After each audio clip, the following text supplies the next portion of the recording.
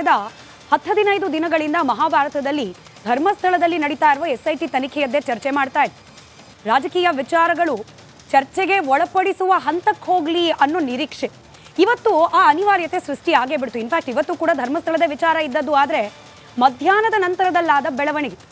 ಹಿರಿಯರು, ಅನುಭವಸ್ಥರು, ಕಾಂಗ್ರೆಸ್ನ KN ರಾಜಣ್ಣ ಅವರು ಮಿನಿಸ್ಟರ್ ಆಗಿದ್ದವರು ಕೆಲವೇ ಕ್ಷಣಗಳಲ್ಲಿ ಮಾಜಿ ಮಿನಿಸ್ಟರ್ ಆಗೋದು.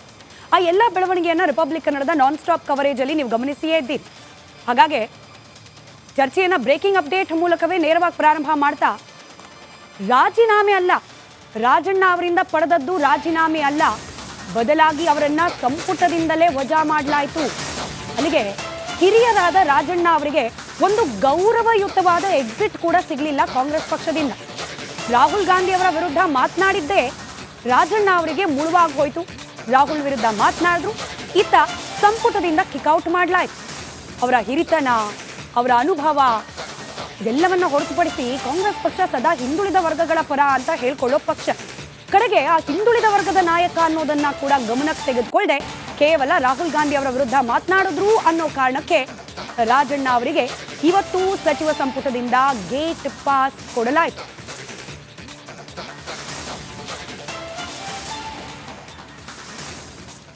ಚರ್ಚೆಯಲ್ಲಿ ಕಾಂಗ್ರೆಸ್ನ MLC ಆದ ನಾಗರಾಜ್ ಯಾದವ್ ಅವರಿದ್ದಾರೆ, ಹಾಗೆ ಬಿಜೆಪಿ ವಕ್ತಾರರು ಅಶೋಕ್ ಗೌಡ್ರಿದ್ದಾರೆ, JDSನ ವಕ್ತಾರರು ಅಶ್ವಿನ್ ಅವರು ಜಾಯ್ನ್ ಆಗೋ ನಿರೀಕ್ಷೆ ಇದೆ. ಯಾದವ್ಜಿ, ಒಂದು ರೆಸ್ಪೆಕ್ಟಬಲ್ ಎಕ್ಸಿಟ್ ಆದರೂ ಕೊಡ್ಬೋದಿತ್ತಪ್ಪ. ರಾಜೀನಾಮೆ ಅಂತಾನೆ ಆಗಿದ್ದಿದ್ರೆ ಅಟ್ಲೀಸ್ಟ್ ಅವ್ರ ಮನೆ ಮಂದಿಗಾದರೂ, ಅವ್ರ ಅಭಿಮಾನಿಗಳಿಗೆ, ವೋಟರ್ಸ್ಗಾದರೂ ಸಮಾಧಾನ ಇರಬೇಕಾಗಿತ್ತು. ಆದರೆ ಇದೇನು ಸರ್ ಇದು? Removal of KN Rajanna. Removal ಅಂದ್ರೆ ಏನು ಸರ್? ಕಿಕ್ಔಟ್ ಅಂತನಾ? ಅಂತಕ್ಕಂಥ ಪದಗಳು ನಾನು ಯೂಸ್ ಮಾಡಲ್ಲ. ಯಾಕಂದರೆ you may be an anchor will speak, but I a parliamentarian, I will not speak like that. ನಮ್ಮ ಪಾರ್ಟಿಯಲ್ಲಿ ಎರಡು ವಿಚಾರಗಳಿದೆ. ಇಂಟರ್ ಪಾರ್ಟಿ ಡೆಮೋಕ್ರಸಿ ಇದೆ, ಇಂಟರ್ ಪಾರ್ಟಿ ಡಿಸಿಪ್ಲಿನು ಇದೆ.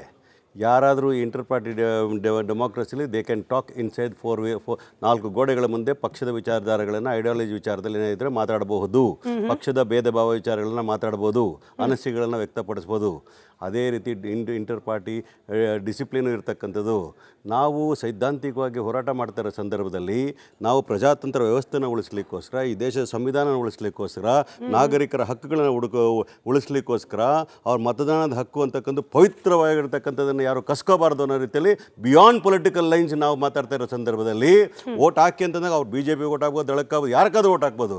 ಮತದಾರನ ಹಕ್ಕನ್ನು ಮತ್ತೆ ಕಿತ್ಕೋಬಾರ್ದು ಅನ್ನೋ ಕಾರಣಕ್ಕೋಸ್ಕರವಾಗಿ ನಾವು ನಡೆದಂಥ ವಿಚಾರಗಳನ್ನು 6 ತಿಂಗಳ ಕಾಲ ರಾಹುಲ್ ಗಾಂಧಿ ಅವರು ದೊಡ್ಡ ಒಂದು ಟೀಮ್ನ ಇಟ್ಟು ಬೂತ್ ಮನೆಗೆ ಕಳಿಸಿ ಮತದಾರರ ಇದನ್ನ ಪರಿಶೀಲನೆ ಮಾಡಿದಾಗ ಎಲ್ಲೋ ಒಂದು ಕಡೆ ಬಹಳ ದೊಡ್ಡ ಹಗರಣ ಆಗಿರ್ತಕ್ಕಂಥ ನಾವು ನೋಡಿದ್ದೇವೆ. ಉದಾಹರಣೆಗೆ ಹೇಳಬೇಕು ಅಂದರೆ ಮಹದೇವಪುರದಲ್ಲಿ 10ರಿಂದ 15 ಅಡಿ ಇರ್ತಕ್ಕಂಥ ಒಂದು ಮನೆಯಲ್ಲಿ 80 ಜನ ವೋಟರ್ ಇರ್ತಾರೆ.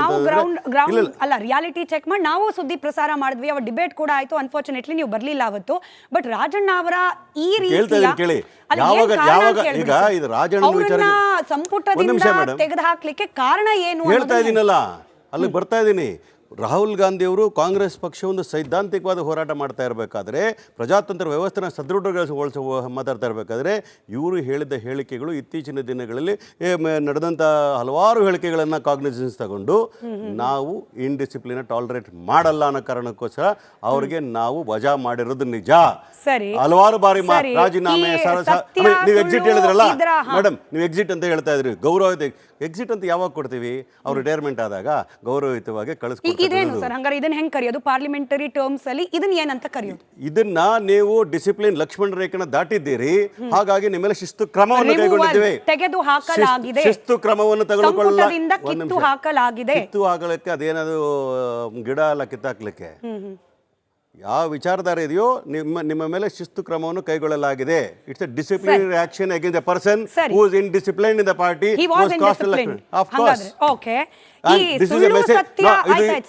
This is the message to the people of who are in the Congress party, who believes in Congress ideology, should be with their limits of talking. I have multiple questions, sir. ಬರ್ತೀನಿ ಅಲ್ಲಿಗೆ. 10-15 ದಿನಗಳಿಂದ ಮಹಾಭಾರತದಲ್ಲಿ ಧರ್ಮಸ್ಥಳದಲ್ಲಿ ನಡೀತಾ ಇರುವ SIT ತನಿಖೆಯದ್ದೇ ಚರ್ಚೆ ಮಾಡ್ತಾ ಇದೆ. ರಾಜಕೀಯ ವಿಚಾರಗಳು ಚರ್ಚೆಗೆ ಒಳಪಡಿಸುವ ಹಂತಕ್ಕೆ ಹೋಗ್ಲಿ ಅನ್ನೋ ನಿರೀಕ್ಷೆ ಇವತ್ತು ಆ ಅನಿವಾರ್ಯತೆ ಸೃಷ್ಟಿ ಆಗೇ ಬಿಡ್ತು. ಇನ್ಫ್ಯಾಕ್ಟ್ ಇವತ್ತು ಕೂಡ ಧರ್ಮಸ್ಥಳದ ವಿಚಾರ ಇದ್ದದ್ದು, ಆದರೆ ಮಧ್ಯಾಹ್ನದ ನಂತರದಲ್ಲಾದ ಬೆಳವಣಿಗೆ. ಹಿರಿಯರು, ಅನುಭವಸ್ಥರು, ಕಾಂಗ್ರೆಸ್ನ KN ರಾಜಣ್ಣ ಅವರು ಮಿನಿಸ್ಟರ್ ಆಗಿದ್ದವರು ಕೆಲವೇ ಕ್ಷಣಗಳಲ್ಲಿ ಮಾಜಿ ಮಿನಿಸ್ಟರ್ ಆಗೋದು. ಆ ಎಲ್ಲ ಬೆಳವಣಿಗೆಯನ್ನು ರಿಪಬ್ಲಿಕನ್ನದ ನಾನ್ ಸ್ಟಾಪ್ ಕವರೇಜಲ್ಲಿ ನೀವು ಗಮನಿಸಿಯೇ ಇದ್ದೀರಿ. ಹಾಗಾಗಿ ಚರ್ಚೆಯನ್ನ ಬ್ರೇಕಿಂಗ್ ಅಪ್ಡೇಟ್ ಮೂಲಕವೇ ನೇರವಾಗಿ ಪ್ರಾರಂಭ ಮಾಡ್ತಾ, ರಾಜೀನಾಮೆ ಅಲ್ಲ, ರಾಜಣ್ಣ ಅವರಿಂದ ಪಡೆದದ್ದು ರಾಜೀನಾಮೆ ಅಲ್ಲ, ಬದಲಾಗಿ ಅವರನ್ನ ಸಂಪುಟದಿಂದಲೇ ವಜಾ ಮಾಡಲಾಯಿತು. ಅಲ್ಲಿಗೆ ಹಿರಿಯರಾದ ರಾಜಣ್ಣ ಅವರಿಗೆ ಒಂದು ಗೌರವಯುತವಾದ ಎಕ್ಸಿಟ್ ಕೂಡ ಸಿಗಲಿಲ್ಲ ಕಾಂಗ್ರೆಸ್ ಪಕ್ಷದಿಂದ. ರಾಹುಲ್ ಗಾಂಧಿ ಅವರ ವಿರುದ್ಧ ಮಾತನಾಡಿದ್ದೇ ರಾಜಣ್ಣ ಅವರಿಗೆ ಮುಳುವಾಗಿ ಹೋಯಿತು. ರಾಹುಲ್ ವಿರುದ್ಧ ಮಾತನಾಡಿದ್ರು, ಇತ್ತ ಸಂಪುಟದಿಂದ ಕಿಕ್ಔಟ್ ಮಾಡಲಾಯಿತು. ಅವರ ಹಿರಿತನ, ಅವರ ಅನುಭವ ಇದೆಲ್ಲವನ್ನ ಹೊರತುಪಡಿಸಿ ಕಾಂಗ್ರೆಸ್ ಪಕ್ಷ ಸದಾ ಹಿಂದುಳಿದ ವರ್ಗಗಳ ಪರ ಅಂತ ಹೇಳ್ಕೊಳ್ಳೋ ಪಕ್ಷ. ಕಡೆಗೆ ಆ ಹಿಂದುಳಿದ ವರ್ಗದ ನಾಯಕ ಅನ್ನೋದನ್ನ ಕೂಡ ಗಮನಕ್ಕೆ ತೆಗೆದುಕೊಳ್ಳದೆ ಕೇವಲ ರಾಹುಲ್ ಗಾಂಧಿ ಅವರ ವಿರುದ್ಧ ಮಾತನಾಡಿದ್ರು ಅನ್ನೋ ಕಾರಣಕ್ಕೆ ರಾಜಣ್ಣ ಅವರಿಗೆ ಇವತ್ತು ಸಚಿವ ಸಂಪುಟದಿಂದ ಗೇಟ್ ಪಾಸ್ ಕೊಡಲಾಯಿತು.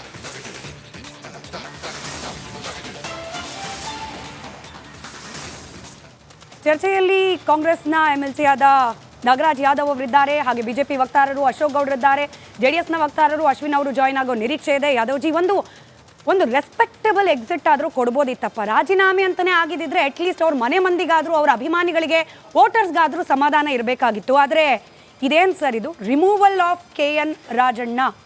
ರಿಮೂವಲ್ ಅಂದರೆ ಏನು ಸರ್? ಕಿಕ್ಔಟ್ ಅಂತನಾ?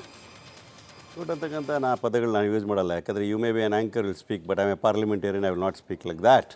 ನಮ್ಮ ಪಾರ್ಟಿಯಲ್ಲಿ ಎರಡು ವಿಚಾರಗಳಿದೆ. ಇಂಟರ್ ಪಾರ್ಟಿ ಡೆಮೋಕ್ರಸಿ ಇದೆ, ಇಂಟರ್ ಪಾರ್ಟಿ ಡಿಸಿಪ್ಲಿನು ಇದೆ.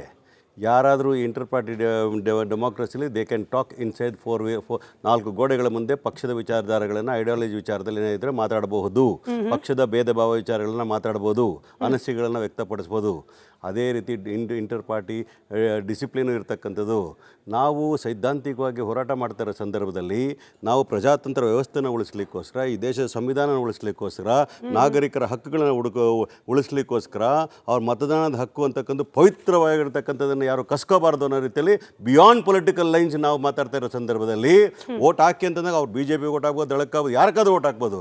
ಮತದಾರನ ಹಕ್ಕನ್ನು ಮತ್ತೆ ಕಿತ್ಕೋಬಾರ್ದು ಅನ್ನೋ ಕಾರಣಕ್ಕೋಸ್ಕರವಾಗಿ ನಾವು ನಡೆದಂಥ ವಿಚಾರಗಳನ್ನು 6 ತಿಂಗಳ ಕಾಲ ರಾಹುಲ್ ಗಾಂಧಿ ಅವರು ದೊಡ್ಡ ಒಂದು ಟೀಮ್ನ ಇಟ್ಟು ಬೂತ್ ಮನೆಗೆ ಕಳಿಸಿ ಮತದಾರರ ಇದನ್ನ ಪರಿಶೀಲನೆ ಮಾಡಿದಾಗ ಎಲ್ಲೋ ಒಂದು ಕಡೆ ಬಹಳ ದೊಡ್ಡ ಹಗರಣ ಆಗಿರ್ತಕ್ಕಂಥ ನಾವು ನೋಡಿದ್ದೇವೆ.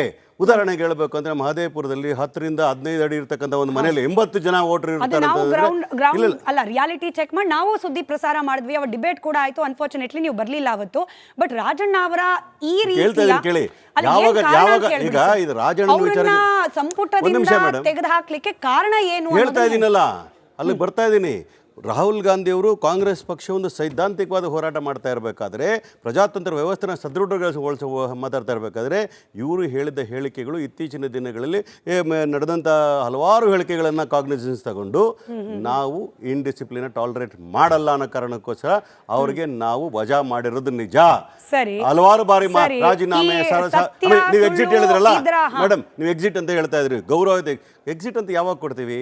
ಅವ್ರು ರಿಟೈರ್ಮೆಂಟ್ ಆದಾಗ ಗೌರವಯುತವಾಗಿ ಕಳಿಸ್ಕೊಡ್ತೀವಿ. ಇದೇನು ಸರ್ ಹಂಗಾರೆ? ಇದನ್ನ ಹೆಂಗ್ ಕರೆಯೋದು ಪಾರ್ಲಿಮೆಂಟರಿ ಟರ್ಮ್ಸ್ ಅಲ್ಲಿ? ಇದನ್ನ ಏನಂತ ಕರೆಯೋದು? ಇದನ್ನ ನೀವು ಡಿಸಿಪ್ಲಿನ್ ಲಕ್ಷ್ಮಣ ರೇಖೆನ ದಾಟಿದ್ದೀರಿ, ಹಾಗಾಗಿ ನಿಮ್ಮ ಮೇಲೆ ಶಿಸ್ತು ಕ್ರಮವನ್ನು ಕೈಗೊಂಡಿದ್ದೇವೆ. ತೆಗೆದು ಹಾಕಲಾಗಿದೆ, ಶಿಸ್ತು ಕ್ರಮವನ್ನು ತೆಗೆದುಕೊಳ್ಳಲಾಗಿದೆ. ಕಿತ್ತು ಹಾಕಲಾಗಿದೆ. ಕಿತ್ತು ಹಾಕಲಿಕ್ಕೆ ಅದೇನದು ಗಿಡ ಎಲ್ಲ ಕಿತ್ತಾಕ್ಲಿಕ್ಕೆ ಯಾವ ವಿಚಾರಧಾರೆ ಇದೆಯೋ ನಿಮ್ಮ ಮೇಲೆ ಶಿಸ್ತು ಕ್ರಮವನ್ನು ಕೈಗೊಳ್ಳಲಾಗಿದೆ. It's a disciplinary action against a person who is indisciplined in the party. Of course. Okay. And this is a message. This is the message to the people of who are in the Congress party, who believes in Congress ideology, should be with their limits of talking. I have multiple questions, sir.